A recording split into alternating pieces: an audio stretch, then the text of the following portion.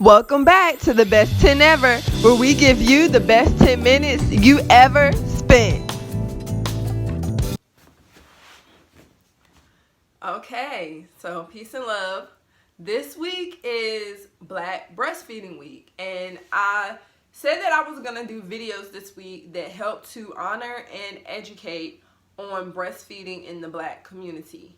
I'm in several breastfeeding groups, I'm in several mom groups, and so I realized that, and then just statistically too, I realize and understand that some of the things that take place in our community are always the things that take place in other communities when it comes to health and wellness. And so I wanted to make sure that I provided some education that is specific to things that happen in our community so that we can overcome them. And so if you have already been following my page and my content, you know that I am a mom.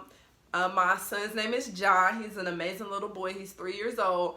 And I took the natural parenting route for raising him from the time that I wanted to conceive until now. We are a crunchy family, as they call us. And so I wanted to start with the beginning, right? So when we're talking about breastfeeding, we have to start from the beginning. A lot of times people will jump to the education part of, okay, the baby's here, how do we get them to latch? But proper planning prevents poor performance. So I want to talk about how do you plan to breastfeed, okay? And so with anything when it comes to getting pregnant, conceiving a child, you want to start before you even decide that you want to have a child. And I know that for some families that's not always the case. But what I like to tell women is that if you know that one day you want to be a mother, prepare your body to one day be a mother. If you know at 16, at 13, at 20, at 30 that you want to be a mother, you don't have to, and I'm saying at those ages, not that you want to get pregnant at those ages, but if you know at those ages that one day you want to be a mother, prepare your body for one day being a mother. That means considering the things you put into your body, making sure you're drinking enough water, making sure that your womb is healthy, making sure that you're cleansing out toxins, making sure that you're eating enough fibers, making sure that you have a diet that is healthy and conducive to being a mother. Aside from that, how do you properly plan for breastfeeding? Choose a good partner. This is something that I didn't even understand until after I had my son, because it's really not talked about until you're about to have the baby, how important it is for you to have a supportive partner, spouse, husband, baby daddy, whatever, when you want to breastfeed. And when I tell y'all that this is so key, when you're deciding that you're going to be a breastfeeding mother, to make sure that you have a partner who understands or is willing to educate himself alongside you with the importance of the fact that you will be nursing a child. The reason that this is important is because once you get pregnant, even before you get pregnant, your diets will have to be conducive to a body that can produce the proper nutrients for that child to eat. But aside from that, once you have the baby, you know, babies attach by skin-to-skin contact. That's a part of why we nurse. It's a part of our nurture. So you're going to have to help dad understand that that's a part of his nurture too, for a baby to be attached. You're going to have to help dad understand that sometimes there comes a point when baby is usually between like 3 to 6 months old where they start to even try to latch and suck on dad.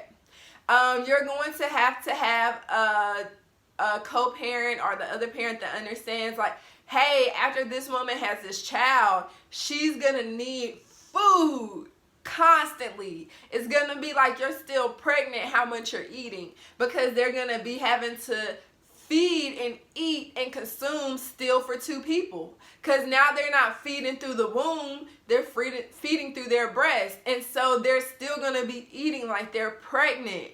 And then you're going to have to deal with helping dad understand that at that time, baby is more attached to mom. Sometimes dads get jealous, y'all. Like, not in like a, ooh, I hate that kid way, but like a, dang, like, the baby, you have more time with the baby because the baby always has to feed from you. I'm missing time. So y'all have to have a plan for how, okay, if baby's always feeding from me, what other things can you do with baby? You can put baby to sleep. Well, sometimes that doesn't happen because baby goes to sleep on the breast, right? So then what other things can you do? You can change baby, you can do bath time, but there needs to be a plan, because what you don't want is to be right out of just giving birth to a child, still having your hormones fluctuating, and trying to figure out dad's emotional misunderstandings as well. That is a thing that ends up causing problems and can cause women postpartum too. A lot of people don't talk about this. That's why I want to talk about this in our community. In the Black community, that is an issue after having a child that can cause women postpartum. I've had women who go back to work after they're supposed to be nursing, and because they can't keep up with their milk supply and it's so demanding, they start putting formula into their baby's bottle, so they're getting half and half, and they're scared to tell their husbands because their husbands think that they're nursing. This is why you have to have a plan prior to giving birth to your child, because mommy and daddy should be able to say, okay, if we're going to be nursing this baby and it comes down to the fact that me going back to work is affecting my milk supply, what's our plan?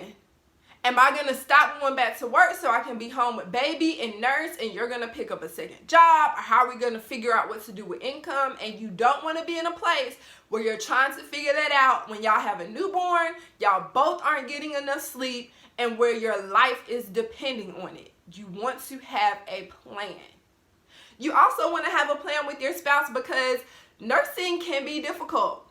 What if baby doesn't latch? Are y'all going to get a lactation consultant? Are y'all going to get a doula? Are you going to get your insurance to pay? When are y'all going to introduce bottles? Because sometimes dads will want bottles introduced sooner than mom, because dad wants to be able to feed baby too. But introducing bottles can affect how your baby latches and how long they nurse. Babies that don't have bottles tend to nurse longer than babies that do. How are you going to defend yourselves against family? So sometimes family is not in agreement with the breastfeeding. They might say, oh, your baby's not gaining enough weight. He's not big enough. You're nursing too long.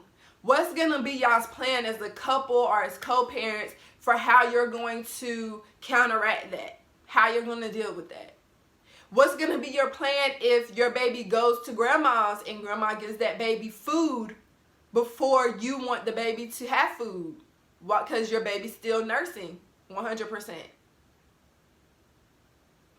You know, those are things you have to think about. What's your plan for when you want to wean? What's your plan for when you want to introduce food? All of these things are important. This preparation, this planning prior to even getting pregnant, for how you want to have your nursing plan. These are the things that help support you in nursing longer. What type of things is mom going to eat to give to baby? Y'all have to have a plan. You have to have a plan. And the planning is what helps you prepare. Also, I want you to understand, this is, again, before you even get pregnant, these are things you can talk about. These are things you can talk about when you, just how people talk about like, oh, our marriage, how do we want it to be? What do we want to do? This is a part of that childbearing conversation. What are we going to do with breastfeeding? And so these are just some things to think about. I hope that that has helped you in your breastfeeding journey. I hope that that will help more women breastfeed, and it will help Black mothers breastfeed longer. because there are great benefits, and I'll be talking about those benefits later on this week. As always, if you have any questions, feel free to inbox me, DM me, reach out however you can, and I'm willing to help. My goal is for all of us to prosper. Peace and love.